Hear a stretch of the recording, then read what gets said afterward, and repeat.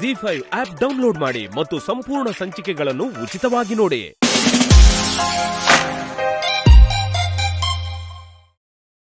ಈಗ ಒಂದು ಕೊಲೆ ಕೇಸ್ ಅಂತಂದ್ರೆ ಲಾಯರ್ ಏನೇನೋ ಪ್ರಶ್ನೆಗಳು ಕೇಳ್ತಾರಲ್ವಾ, ಆ ಪ್ರಶ್ನೆಗಳಿಂದ ಅಮ್ಮಂಗೆ ನೋವಾಗಬಾರ್ದು ಅನ್ನೋ ಅರ್ಥದಲ್ಲಿ ಹೇಳ್ದೆ ಅಷ್ಟೇ. ನಿಜನಾ? ನಿಜ ಪಾರು, ನಾನು ಯಾಕೆ ಸುಳ್ಳು ಹೇಳಿ? ಆದ್ರೆ ನನ್ಗೆ ಯಾಕೋ ನಂಬಿಕೆ ಬರ್ತಾ ಇಲ್ಲ ಯಜಮಾನ್ರೆ. ಅಂದ್ರೆ ನಾನು ಸುಳ್ಳು ಹೇಳ್ತಾ ಇದ್ದೀನಿ ಅಂತ ಅರ್ಥನಾ? ಅಲ್ಲ, ನಿಮ್ಮೇಲೆ ನಂಬಿಕೆ ಇದೆ, ಆದ್ರೆ ನೀವ್ ಹೇಳ್ತಿರೋದ್ ಸರಿ ಅಂತ ನನ್ ಮನ್ಸಿಗೆ ಅನ್ನಿಸ್ತಾ ಇಲ್ಲ. ಸಾರಿ ಪಾರು, ನಾನು ಸುಳ್ಳು ಹೇಳ್ತಾ ಇದ್ದೀನಿ. ಆದ್ರೆ ಪ್ರೀತುನೇ ನನಗೆ ಶೂಟ್ ಮಾಡಿದ್ದು ಅಂತ ಗೊತ್ತಾದ್ರೆ ನಿನ್ ಮನಸ್ಸಿಗೆ ತುಂಬಾ ಹರ್ಟ್ ಆಗುತ್ತೆ.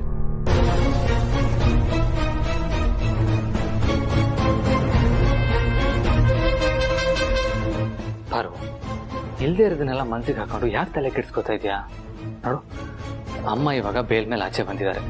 ಆದಷ್ಟು ಬೇಗ ಅವ್ರು ಏನ್ ತಪ್ಪು ಮಾಡಿಲ್ಲ ಅಂತ ನಾನು ಪ್ರೂವ್ ಮಾಡಿ ಅವ್ರನ್ನ ಆಚೆ ಕರ್ಕೊಂಡ್ಬರ್ತೀನಿ.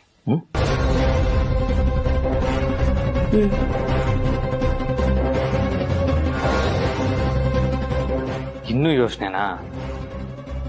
ನಿಮ್ ಮಾತನ್ನ ನಂಬ್ತೀನಿ ಯಜಮಾನ್ರೆ. ಅತ್ಯಮ್ಮಂಗ್ ಊಟ ಕೊಡ್ಬೇಕು, ನಾನ್ ಬರ್ತೀನಿ. ಥ್ಯಾಂಕ್ಸ್ ಪಾರು. ಥ್ಯಾಂಕ್ಸಾ? ಯಾಕೆ ಯಜಮಾನ್ರೆ? ಅಮ್ಮಂಗೆ ಒಳ್ಳೆ ಸೊಸೆಯಾಗಿ ನನಗೆ ಒಳ್ಳೆ ಹೆಂಡತಿಯಾಗಿ ಬಂದಿದ್ದಕ್ಕೆ.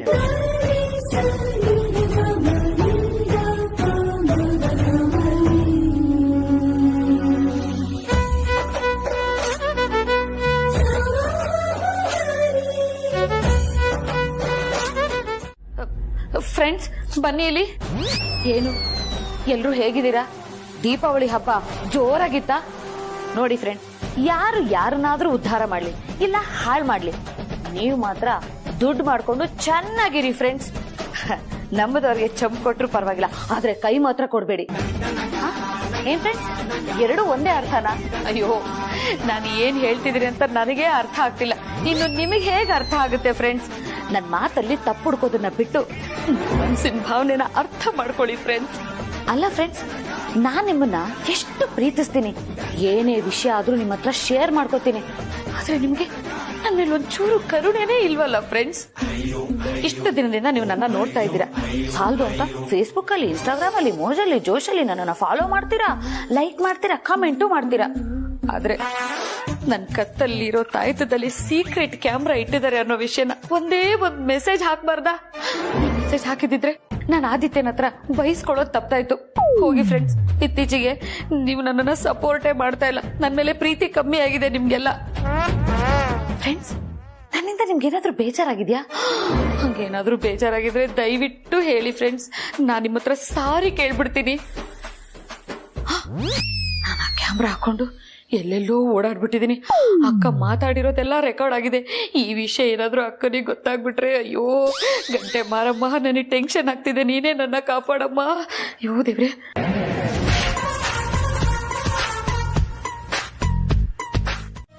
ವೀರಣ್ಣನ ಹತ್ರ ಮಾತಾಡ್ತಾ ಇದ್ದೆ ರಘು. ವೀರಣ್ಣ ಕಾಲ್ ಮಾಡಿದ್ರು, ಈಗ್ಲೇ ಬರ್ತೀನಿ ನಮ್ಮನ್ನೆಲ್ಲ ನೋಡಕ್ಕೆ ಅಂತ ಹೇಳಿದ್ರು. ನಾನೇ ಬೇಡ ಅಂತ ತಡೆದೆ. ಈಗ ಆದಿ ಹೇಗೂ ಚೇತರಿಸ್ಕೊತಾ ಇದ್ದಾನೆ, ನಾನು ಬೇಲ್ ಮೇಲೆ ಹೊರಗೆ ಬಂದಿದ್ದೀನಿ, ಅಷ್ಟು ಅರ್ಜೆಂಟಾಗಿ ಬರೋ ಅವಶ್ಯಕತೆ ಇಲ್ಲ ಅಂತ ನಾನೇ ಹೇಳ್ದೆ. ಪಾಪ ಅವ್ರಿಗೂ ಹುಷಾರಿರ್ಲಿಲ್ವಂತೆ, ಅಪ್ಪಾಜಿ ಹೇಳಿದ್ರು.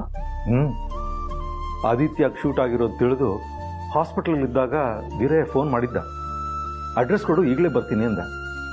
ಆಗ ಅವನ ಧ್ವನಿಯಲ್ಲಿ ಏನೋ ಒಂದು ಆಸಾ ಕಂಡು ಬಂತು ನನಗೆ. ಏನಾಯ್ತು ಅಂತ ಕೇಳಿದಾಗ ಇಲ್ಲ ಹುಷಾರಾಗಿದ್ದೀನಿ ಅಂದ. ಆಮೇಲೆ ಅಪ್ಪಾಜಿ ಹತ್ರ ಮಾತಾಡ್ತಾ ಗೊತ್ತಾಯ್ತು ವೀರಯ್ಯನಿಗೆ ಹುಷಾರಿಲ್ಲ ಅಂತ. ಅದಕ್ಕೆ ಯಾವುದೇ ಕಾರಣಕ್ಕೆ ನೀನು ಬರಕ್ಕೆ ಹೋಗ್ಬೇಡ, ನಾವೆಲ್ಲರೂ ಇದ್ದೀವಿ, ನಾವು ನೋಡ್ಕೋತೀವಿ, ಮೊದಲು ನೀನು ಹುಷಾರಾಗು ಅಂತ ಹೇಳಿದೆ. ಆದರೆ ನೀನು ಅರೆಸ್ಟ್ ಆಗಿರೋ ವಿಷಯ ತಿಳಿದು ಜೀಪ್ ತಗೊಂಡು ಹೊರಟೇ ಬಿಟ್ನಂತೆ. ಊರಾಚೆ ಇರೋ ದೇವಸ್ಥಾನದ ಹತ್ರ ಬರೋಷ್ಟೊತ್ತಿಗೆ ತಲೆ ಸುತ್ತ ಬಂದು ಗಾಡಿ ಓಡ್ಸಕ್ಕಾಗ್ಲಿಲ್ಲ, ರಸ್ತೆ ಬದಿಯಲ್ಲಿ ನಿಲ್ಲಿಸ್ಬಿಟ್ನಂತೆ. ಅದೇ ಊರಿನ ಜನ ನೋಡಿ ಅವನ್ನ ಕರ್ಕೊಂಡು ಹೋಗಿ ಮನೆಗೆ ಬಿಟ್ಟಿದ್ದಾರೆ. ಫೋನಲ್ಲಿ ಎಷ್ಟೇ ಸಮಾಧಾನ ಹೇಳಿದ್ರು ವೀರಣ್ಣನಿಗೆ ತೃಪ್ತಿ ಆಗಲ್ಲ, ಅಲ್ಲಿ ಇರಕ್ಕಾಗಲ್ಲ. ಅದಕ್ಕೆ ಇವತ್ತೆಲ್ಲ ನಾಳೆ ಬಂದೇ ಬರ್ತಾನೆ ಅಂತ ಯೋಚನೆ ಮಾಡಿ ಜನನಿನ ಊರಿಗೆ ಕಳಿಸ್ಕೊಟ್ಟೆ. ಅಪ್ಪನ ಜೊತೆಲಿ ಮಗಳಿದ್ದು ಆರೈಕೆ ಮಾಡಿದ್ರೆ ಅವನಿಗೂ ಸ್ವಲ್ಪ ಬೇಗ ಹುಷಾರಾಗುತ್ತೆ, ಮನಸ್ಸಿಗೆ ನೆಮ್ಮದಿ ಅನಿಸ್ಬೋದು. ಹಾಗೆ ಇಲ್ಲಿನ ಬೆಳವಣಿಗೆ ಬಗ್ಗೆ ಜನನಿಂದ ಗೊತ್ತಾದ್ರೆ ಅವನು ತಗೊಂಡಿರೋ ನಿರ್ಧಾರದಿಂದ ಹಿಂದೆ ಸರಿಬಹುದು ಅಂತ ಜನನಿನ ಒಪ್ಪಿಸಿ ನಿನಗೂ ಹೇಳ್ದೆ ಆದಷ್ಟು ಬೇಗ ಕಳಿಸ್ಕೊಟ್ಟೆ. ದಯವಿಟ್ಟು ಕ್ಷಮಿಸ್ಬಿಡು ಅಖಿಲ. ಏನಿದು ರಘು, ಏನ್ ಮಾತಾಡ್ತಿದ್ದೀರಾ? ಎಂಥ ಒಳ್ಳೆ ಕೆಲಸ ಮಾಡಿದ್ದೀರಾ ನೀವು. ಸ್ವಂತವಾದ ನಿರ್ಧಾರ ತಗೊಳ್ಳೋದಕ್ಕೆ ನಾನು ಪರ್ಮಿಷನ್ ತಗೋಬೇಕಾ ನೀವು? ಹಾಗೆ ನೋಡಿದ್ರೆ ನಾನು ನನ್ನ ಸ್ವಂತ ನಿರ್ಧಾರಗಳನ್ನು ತಗೊಂಡಾಗ ನೀವು ಯಾವತ್ತಾದ್ರೂ ಕ್ವೆಶ್ಚನ್ ಮಾಡ್ತೀರಾ? ಹಾಗೆ ನಾನು ನಿಮ್ಮ ನಿರ್ಧಾರಗಳನ್ನ ಪ್ರಶ್ನೆ ಮಾಡಬಾರ್ದು. ನಾವಿಬ್ರು ಲೈಫ್ ಪಾರ್ಟ್ನರ್ಸ್ ಅಲ್ವಾ ರಘು? ಹೀಗೆ ಇರಬೇಕು. ಒಳ್ಳೆ ಸಂಬಂಧ ಅನ್ನೋದು ಎಷ್ಟು ಶ್ರೇಷ್ಠವಾದದ್ದು ಅಲ್ವಾ ರಘು? ಮನುಷ್ಯನಿಗೆ ಎಷ್ಟೇ ಹೆಸರು, ಹಣ, ಆಸ್ತಿ, ಅಂತಸ್ತು ಏನೇ ಇದ್ರೂ ಅದು ಯಾವುದ್ರ ಬಗ್ಗೆನೂ ತಲೆ ಕೆಡಿಸ್ಕೊಳ್ದೆ ನಮ್ಗೊಂದು ಕಷ್ಟ ಅಂತ ಬಂದಾಗ ನಮ್ಮ ಜೊತೆನಲ್ಲಿ ನಿಲ್ತಾರಲ್ಲ, ಅವರೇ ನಿಜವಾದ ಬಂಧುಗಳು. ಅಂಥವರು ನಮ್ಮ ಮನಸ್ಸಿನಲ್ಲಿ ನಮ್ಮ ಕೊನೆಯ ಕಾಲದವರೆಗೂ ಭದ್ರವಾಗಿ ಬೇರೂರಿರ್ತಾರೆ ಅಲ್ವಾ? ನಿಜ ಅಖಿಲ. ನಮ್ಮ ಕಷ್ಟ ಅಂದ ಕೂಡಲೇ ಸ್ಪಂದಿಸೋ ಜೀವ ಅಂದ್ರೆ ಈರಣ್ಣ. ನಿಜಕ್ಕೂ ಅವ್ರು ನಮ್ಗೆ ಸಿಕ್ಕಿರೋದು ನಮ್ಮ ಪುಣ್ಯನೇ.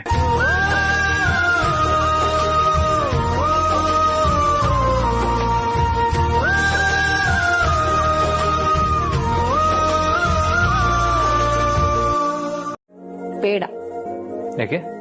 ಗಂಡ ಆದೋನು ದಿನ ಈ ರೀತಿ ಮನೆಯಲ್ಲೇ ಇದ್ದು ಕೆಲಸ ಮಾಡ್ಕೊಡ್ಬಾರ್ದು. ನಿಮ್ ತರ ಅಪರೂಪಕ್ಕೊಂದಿನ ಈ ರೀತಿ ಕೆಲಸ ಮಾಡ್ಕೊಡ್ಬೇಕು.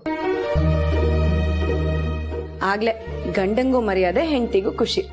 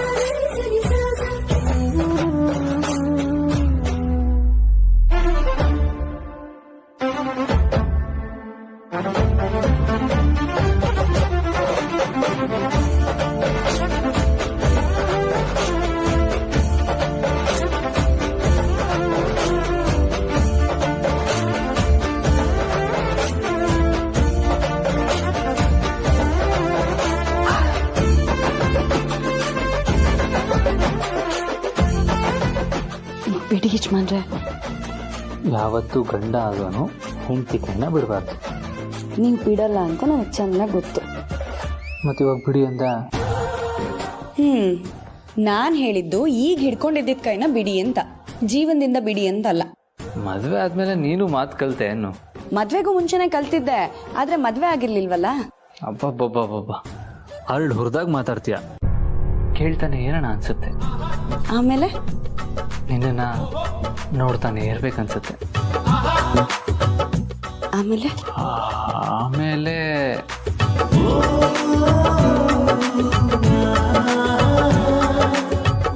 ಈ ನಿನ್ ಮುದ್ದಾದ ಕೆನ್ನೆಗೆ ಸಿಹಿಯಾದ ಮುದ್ದು ಕೊಡ್ಬೇಕು ಅಂತ ಅನ್ಸುತ್ತೆ.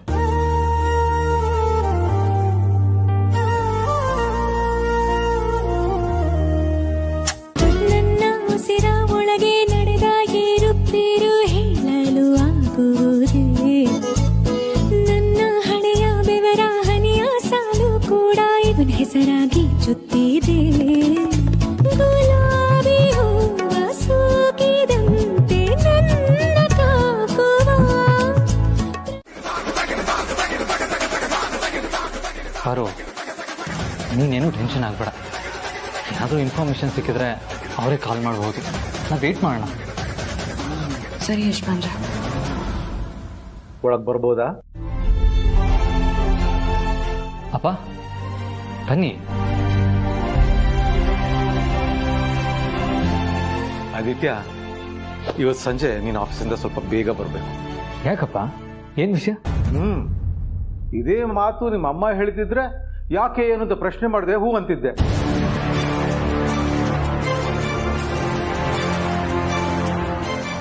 ಆದ್ರೆ ನನ್ನನ್ನು ಮಾತ್ರ ಪ್ರಶ್ನೆ ಮಾಡ್ತೀಯ ಅಲ್ವಾ?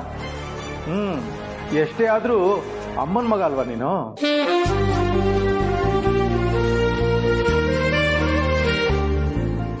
ಹಾಗಲ್ಲಪ್ಪ. ಸರಿ ಆಯ್ತು, ಬರ್ತೀನಿ. ಸರಿ, ಅದೇನು ಅಂತ ಹೇಳ್ತೀನಿ. ಇವತ್ತು ಸಂಜೆ ನಮ್ಮ ಮನೆಗೆ ಯಾರೋ VIP ಬರ್ತಾ ಇದ್ದಾರೆ. ಅವ್ರು ಬರೋ ಹೊತ್ತಿಗೆ ನೀನ್ ಮನೇಲಿಲ್ಲ ಅಂದ್ರೆ ಸರಿ ಇರಲ್ಲ ಅಲ್ವಾ? ಅದಕ್ಕೆ ಹೇಳಿದೆ. ಸರಿಪ್ಪ, ಯಾರ ಇದೇ ಮಾತನ್ನ ನಿಮ್ಮ ಅಮ್ಮನ ಕೇಳ್ತಿದ್ಯಾ? ಸರಿಯಪ್ಪ, ಕೇಳಲ್ಲ. ಸರಿ, ಸಂಜೆ ಬೇಗ ಬಂದ್ಬಿಡು. ಯಾರು ಯಜಮಾನ್ರೆ ಮನೆಗೆ ಬರ್ತಾ ಇರೋದು? ನಂಗೂ ಗೊತ್ತಿಲ್ಲ ಪಾರು. ಸಂಜೆ ಬರ್ತಾರಲ್ಲ, ಗೊತ್ತಾಗುತ್ತೆ ಬಿಡು. ಸರಿ, ನಾನು ಆಫೀಸ್ಗೆ ಹೋಗ್ಬಿಡ್ತೀನಿ.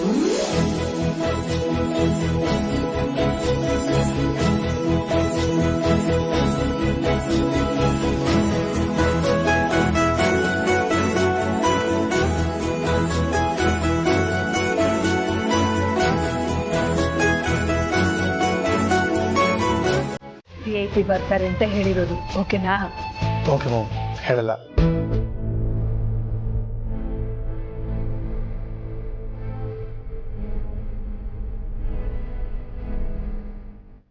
ಬೆಳಗ್ಗೆನೆ ಮನೆಗೆ ಬರ್ತೀನಿ ಅಂತ ಬೇರೆ ಹೇಳಿದ್ದೀನಿ. ಈಗ ಹೋಗಿಲ್ಲ ಅಂದ್ರೆ ಅಣ್ಣ ತಂಗಿ ಇಬ್ರು ಊರ್ಕೊಳ್ತಾರೆ. ಯಾವ್ದಕ್ಕೂ ಹೀಗಾಗಿದೆ ಅಂತ ಒಂದು ಫೋನ್ ಮಾಡಿ ಹೇಳ್ಬಿಡೋಣ. ಪ್ರೀತು,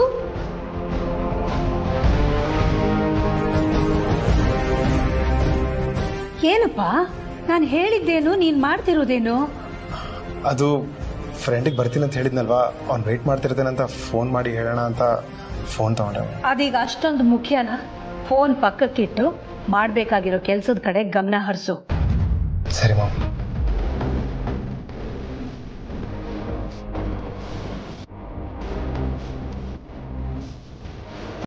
ಹಾಗಾದ್ರೆ ಹೇಳ. ಹೇಳ್ತೀನಪ್ಪ, ಹೇಳ್ತೀನಿ. ರೀ, ನನ್ ಗಂಡ ಮೋಹನ್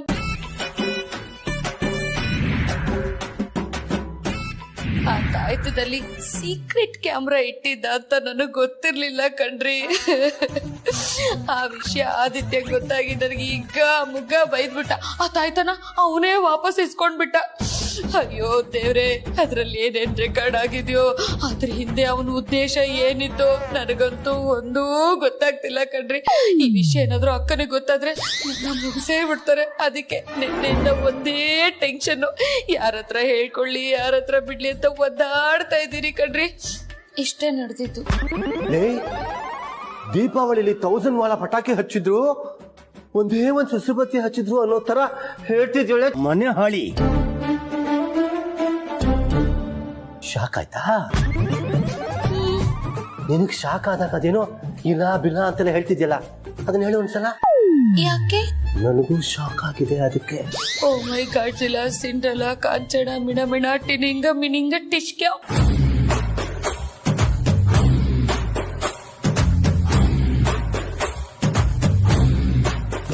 ದಾಮು, ಏನು ಆಣೆ ಮಾಡಿ ಹೇಳುತ್ತೀನಿ ನಾನು ನಿನ್ನವನ್ನು.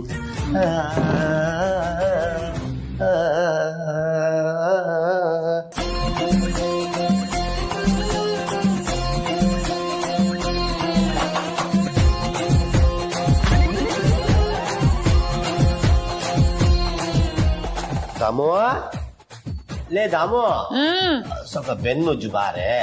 ಏನ್ರಿ ನೀವು ಇಷ್ಟು ದೊಡ್ಡವರಾಗಿದ್ದೀರಾ, ಚಿಕ್ಕ ಮಕ್ಳ ತರ ಬೆನ್ನುಜ್ಜು ಅಂತ ಕರಿತಿರಲ್ಲ, ನಾಚಿಕೆ ಆಗಲ್ವಾ ನಿಮ್ಗೆ? ಹೆಂಡತಿ ಕೈನಲ್ಲಿ ಬೆನ್ನುಜ್ಜಿಸ್ಕೊಳಕ್ ನಾಚಿಕೆ ಹಾಕಾಗ್ಬೇಕು, ಖುಷಿ ಆಗ್ಬೇಕು ಕಡೆ. ಬೇಗ ಬಾ ದಾಮು. ಬಂದೆ, ಪಡ್ಕೋಬೇಡಿ. ಬಾ. ಅಖಿಲ, ಈ ಕೆಲಸನಾದ್ರೂ ನೀಟಾಗಿ ಮಾಡ್ತಿದ್ದೀನಲ್ವಾ? ರಘು, ಏನ್ ರಘು ಇದು? ಏನ್ ಅಖಿಲ, ಈ ಕೆಲಸನಾದ್ರೂ ಮಾಡಕ್ ಪರ್ಮಿಷನ್ ಕೊಡು ಪ್ಲೀಸ್. ಸರಿ, ನಿಮ್ಮ ಆಸೆಗೆ ನಾನು ಯಾಕೆ ತಣ್ಣೀರೇರ್ಚಲಿ?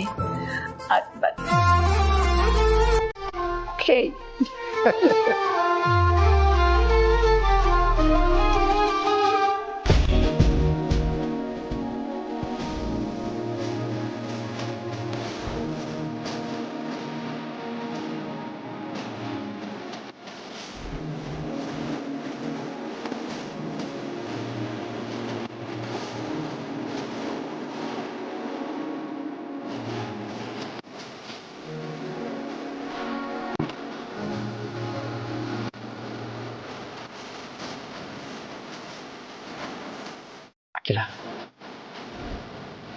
ಒಂದು ಹಾಡು ಹೇಳ. ಹಾಡ ಭಾಗ್ಯ ಭಾಂಗಿದಾರೆ ಜನ.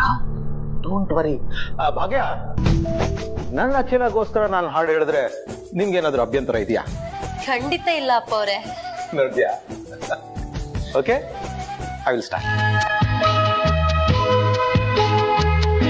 ತಂಪಾದ ಗಾಳಿ ಬೀಸಲು ಇಂಪಾದ ರಾಗ ಹಾಡಲಿ, ತಂಪಾದ ಗಾಳಿ ಬೀಸಲಿ ಇಂಪಾದ ರಾಗ ಹಾಡಲಿ, ಹರಡುತ್ತಿಹ ಹೂವಿನ ಹಾಗೆ ನಲಿಯುತ್ತಲಿ ಎಂದಿಗೂ ಹೀಗೆ, ನಗುತ್ತಲಿರು ನನ್ನ ಮಲ್ಲಿಗೆ. ತಂಪಾದ ಗಾಳಿ ಬೀಸಲಿ ಇಂಪಾದ ರಾಗ ಹಾಡಲಿ.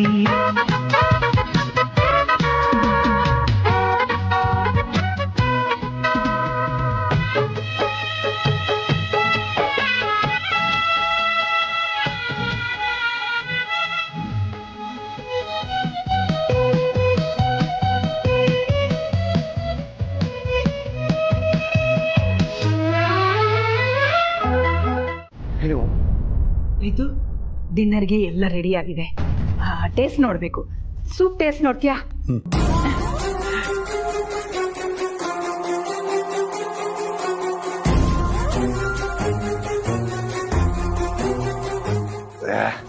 ಅರು, ನನ್ ಕಾಯಿಲೆ ಬಂದ್ರೂ ಪರವಾಗಿಲ್ಲ, ನಾನು ಅದ್ರ ಬಗ್ಗೆ ಯೋಚನೆ ಮಾಡಲ್ಲ. ಕುಣಿಕೆ ಲೂಸ್ ಆಗೋಗ್ಬಿಟ್ಟಿದೆ. ಯಾವ ಕ್ಷಣದಲ್ಲಿ ಬೇಕಾದ್ರೂ ನನ್ ಪ್ರಾಣ ಹೋಗ್ಬೋದು ಅನ್ನೋ ಭಯನೇ ಇಲ್ಲ ಅವನ್ಗೆ. ಒಂದ್ ಕೆಲಸ ಮಾಡೋಣ,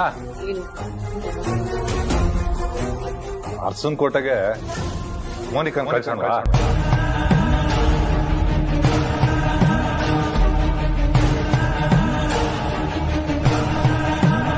ಕಳಿಸಿ, ಏನಾಗುತ್ತೋ ಆಮೇಲೆ ನೋಡ್ಕೊಳ್ಳೋಣ.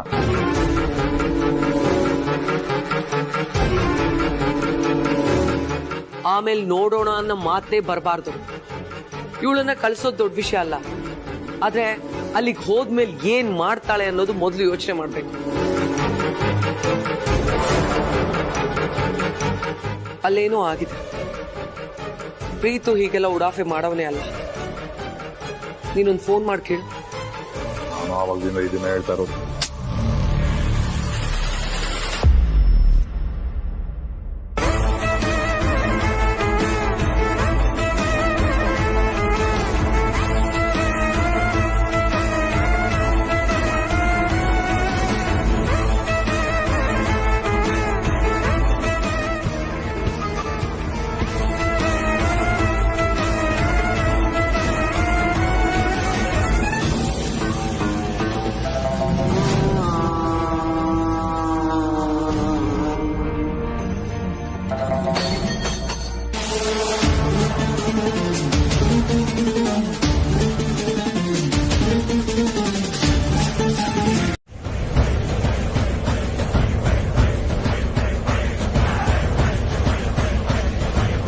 ಇದಕ್ಕೆಲ್ಲ ಏನ್ ಕಾರಣ ಅಂತ ಆದಿನೇ ಕಂಡುಹಿಡಿತೀನಿ ಅಂತ ಹೇಳಿದಾನೆ. ಈಗ ನಾನು ಪ್ರೀತುನ ಏನೂ ಕೇಳದೆ ಸುಮ್ಮನೆ ಇರೋದೇ ವಾಸಿ. ಕಾಲ್ ಕಟ್ ಮಾಡೋದು ಬಿಡ್ತೀನೇನೋ ನಾನು. ಎತ್ತವರೆಗೂ ಮಾಡ್ತಾ ಇರ್ತೀನಿ ಫೋನ್ನ.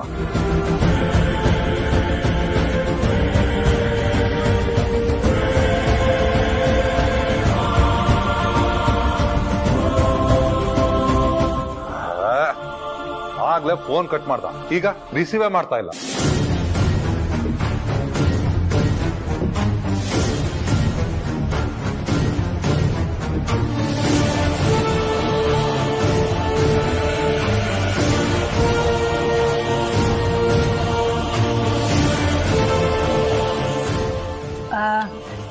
ಇನ್ನೇನಾದ್ರೂ ರುಚಿ ನೋಡ್ತೀಯಾ? ಖೀರ್ ರುಚಿ ನೋಡು. ಅತ್ಯಮ್ಮ, ನೀವು ಮಾಡಿರೋ ಅಡ್ಗೆನ ರುಚಿ ನೋಡೋದ? ರುಚಿಗೆ, ಶುಚಿಗೆ, ಅಚ್ಚುಕಟ್ಟಿಗೆ ಇನ್ನೊಂದು ಹೆಸರೇ ನೀವು. ಅಂಥದ್ರಲ್ಲಿ ನೀವು ಮಾಡಿರೋ ಅಡ್ಗೆ ಅಂದ್ಮೇಲೆ ಅದು ಚೆನ್ನಾಗಿದ್ದೇ ಇರುತ್ತೆ. ಆದಿ ಟೇಸ್ಟ್ ಏನು ಅಂತ ನನಗೆ ಗೊತ್ತು, ಆದ್ರೆ ಪಾರ್ವತಿ ಊಟದ ಟೇಸ್ಟ್ನ ಪ್ರೀತು ಹೇಳೋದಕ್ಕಿಂತ ಪಾರ್ವತಿನೇ ಕೇಳೋದು ಬೆಟರ್ ಅನ್ಸುತ್ತೆ. ಪ್ರೀತು, ಡಿನ್ನರ್ಗೆ ಐ ಮೀನ್ ಪಾರ್ಟಿಗೆಲ್ಲ ವ್ಯವಸ್ಥೆ ಆಗಿದೆಯಲ್ಲ? ಆಗಿದೆ ಮಾಮ್. ಓಕೆ.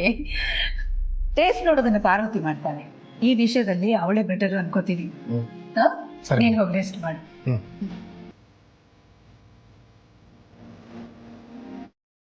ಪಾರ್ವತಿ, ನೀನೇನ್ ರುಚಿ ನೋಡ್ತೀಯಮ್ಮ? ಶಾವಿಗೆ ಪಾಯಸ ಕೊಡ್ಲಾ?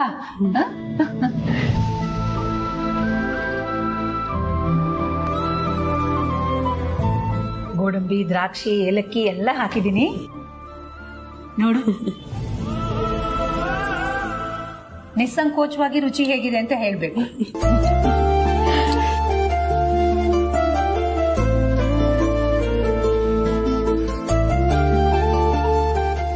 ಹೇಗಿದೆ ಅತ್ಯಮ್ಮ?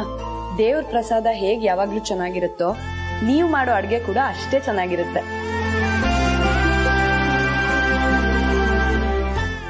ಪಾರ್ವತಿ, ಯಾಕೆ ಯಾವಾಗ್ಲೂ ನನ್ನನ್ನು ದೇವ್ರಿಗೆ ಹೋಲಿಸ್ತೀಯ? ಪ್ರಪಂಚದಲ್ಲಿ ಆ ದೇವರಿಗಿಂತ ದೊಡ್ಡವರು ಬೇರೆ ಯಾರೂ ಇಲ್ಲ. ತಾಯಿಯಾದ ನೀವು ದೇವ್ರಾಗ್ಬೋದು, ಆದ್ರೆ ದೇವ್ರು ತಾಯಿ ಆಗೋದಕ್ಕೆ ಆಗಲ್ಲ ಅಲ್ವಾ ಅತ್ಯಮ್ಮ?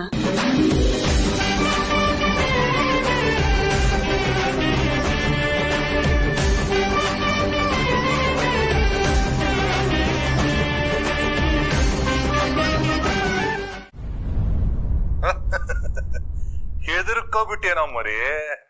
ಡೋಂಟ್ ವರಿ ರಾಜ, ನಿನ್ ರಾಣಿ ನಿನ್ನ ಅರಮನೆಗೆ ಇನ್ನೂ ಕಾಲಿಟ್ಟಿಲ್ಲ. ಅವಳು ನಿನ್ನೆಯಿಂದನೂ ನಮ್ ಜೊತೆನೇ ಇದ್ದಾಳೆ.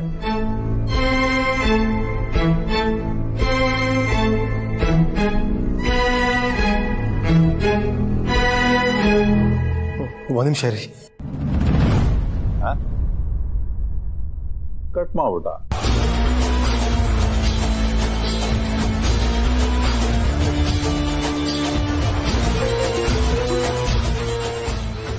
ಅರೆ, ಅವರು ವಿಡಿಯೋ ಕಾಲ್ ಮಾಡ್ತಿದ್ದಾನೆ. ಏನೋ ಮರಿ, ನಮ್ಮ ಮೇಲೆ ನಂಬಿಕೆ ಇಲ್ಲ ಅಂತ ವಿಡಿಯೋ ಕಾಲ್ ಮಾಡ್ತಿದ್ಯಾ? ಮೌನಿಕಾ ಇಲ್ಲಿ ತೋರಿಸಿ. ಯಾಕೆ ತೋರಿಸ್ಬೇಕು? ನಾನು ತೋರ್ಸಲ್ಲ. ಅಣ್ಣ ಹೋಗ್ಲಿ ಬಿಡು, ಅವನು ಆಲ್ರೆಡಿ ತುಂಬಾ ಟೆನ್ಷನ್ ಅಲ್ಲಿದ್ದಾನೆ. ತೋರ್ಸಣ ಕೊಡು. ಹಾಯ್ ಪ್ರೀತು.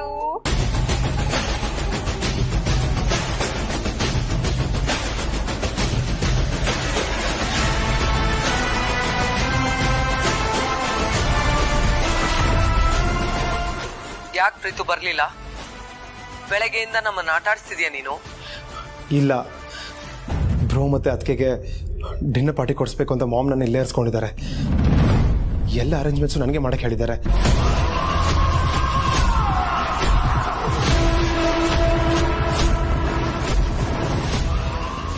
ಊರಲ್ಲಿ ಬೇರೆ ಜನನೇ ಇಲ್ಲ, ಅದಕ್ಕೋಸ್ಕರ ನಾನೆಲ್ಲ ನೋಡ್ಕೊಳ್ತಾ ಇದ್ದೆ.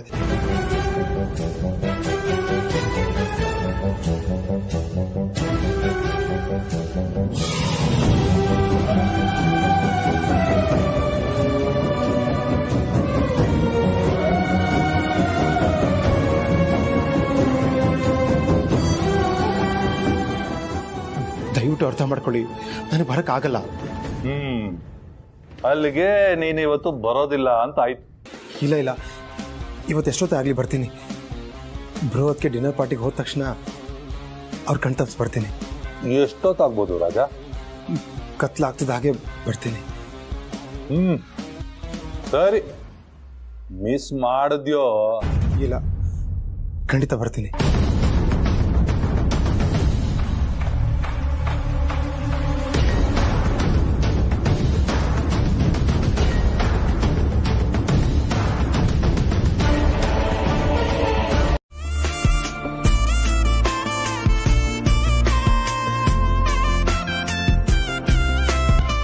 ಇವತ್ತಿನ ನಮ್ಮ ಸ್ಪೆಷಲ್ ಇನ್ವೈಟೀಸ್ ಬೇರೆ ಯಾರೂ ಅಲ್ಲ, ನೀವಿಬ್ರೇ.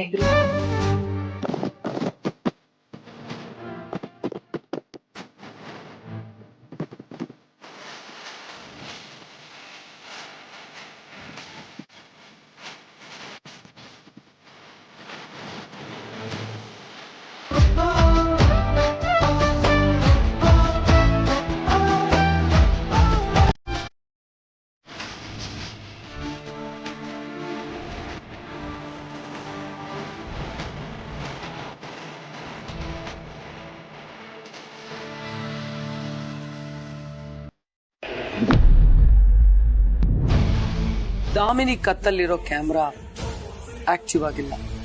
ಸೊ ಅದಕ್ಕೆ ಆಲ್ಟರ್ನೇಟ್ ನ ಆಕ್ಟಿವ್ ಮಾಡೋ ಟೈಮ್ ಬಂದಿದೆ. ಅಂದ್ರೆ ನಾನು ಹೇಳೋದನ್ನ ನೀವಿಬ್ರು ಗಮನ ಇಟ್ಟು ಕೇಳಿ. ಧ್ರುವ ಮತ್ತೆ ಅದಕ್ಕೆ ಡಿನ್ನರ್ ಪಾರ್ಟಿ ಕೊಡಿಸ್ಬೇಕು ಅಂತ ಮಾಮ್ ನನ್ನ ಇಲ್ಲೇ ಇರಿಸ್ಕೊಂಡಿದ್ದಾರೆ.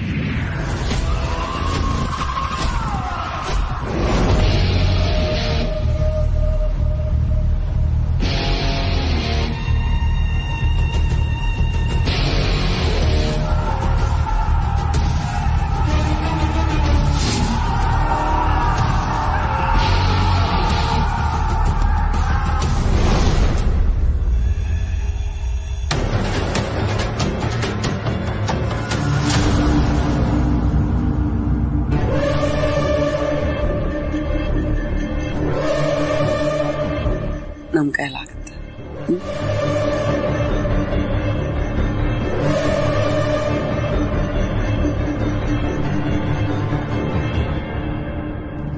ಅಮ್ಮ ಏನ್ ಹೇಳ್ತಾ ಇದ್ದೀರಾ? ನೀವ್ ಇನ್ವೈಟ್ ಮಾಡಿದ ಗೆಸ್ಟ್ಸು ನಾವಾ? ಹೌದಪ್ಪ, ಇವತ್ತಿನ ನಮ್ಮ ಸ್ಪೆಷಲ್ ಇನ್ವೈಟೀಸ್ ನೀವೇ. ಇದೆಲ್ಲ ನಮಗ್ ಯಾಕೆ ಬೇಕಿತ್ತು ಅತ್ತೆಮ್ಮ? ಜೀವನದಲ್ಲಿ ಎಲ್ಲ ಸುಖನೂ ತನಗೇ ಬೇಕು, ಎಲ್ಲ ವಸ್ತು ಆಸ್ತಿ ಎಲ್ಲ ನನಗೇ ಬೇಕು ಅಂತ ಬಾಚ್ಕೊಳ್ಳೋದು ಮನುಷ್ಯನ ಸ್ವಭಾವ.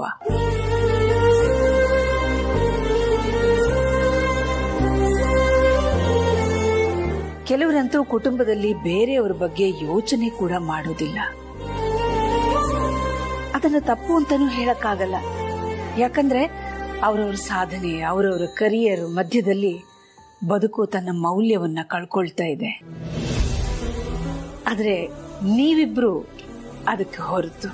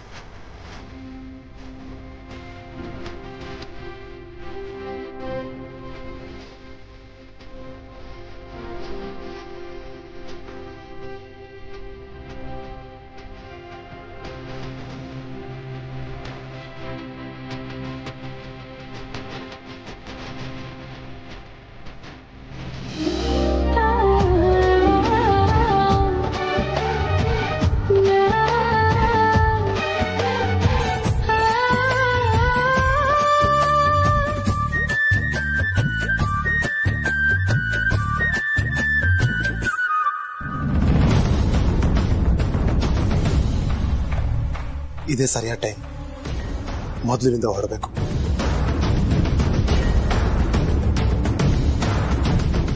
ಅಲ್ಲ, ಎಲ್ರು ಆದಿ ಪಾರ್ವತಿನ ಒಳ್ಳೆ ಹನಿಮೂನಿಗೆ ಕಳ್ಸೋ ತರ ಬಿಲ್ಡಪ್ ಕೊಡ್ತಾ ಇದಾರಲ್ಲ.